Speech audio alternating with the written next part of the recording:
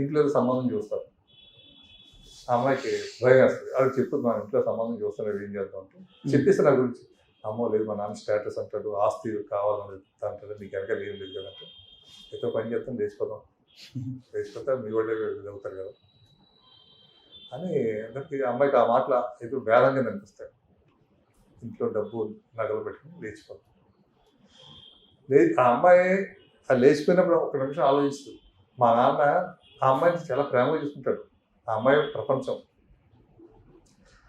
ఆ ప్రపంచం కూలిపోతే ఏంటి, ఆ నాన్న పరిస్థితి ఏంటి, తలెత్తుకోగలుగుతాడా బయటికి అన్నది ఆ క్షణం అమ్మాయి అలా ఆలోచిస్తుంది.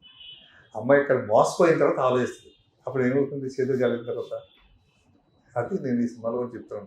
అమ్మ నువ్వు ఒక అబ్బాయిని ప్రేమించావంటే ముందు మీ నాన్న మీ అమ్మాయి ఏంటి తెలుసుకో. నువ్వే ప్రపంచం అనుకుంటున్నప్పుడు ఇలా చేయకు. ఏం జనరల్గా ఏముంది, ఒక అబ్బాయి ఒక అమ్మాయిని ప్రేమించాడు అనుకోండి,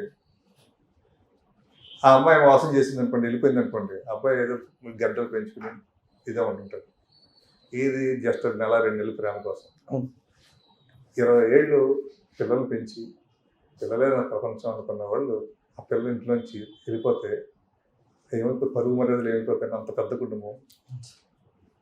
అది అదే నేను చెప్తున్నాను ఒక్కొక్క క్యారెక్టర్ ద్వారా.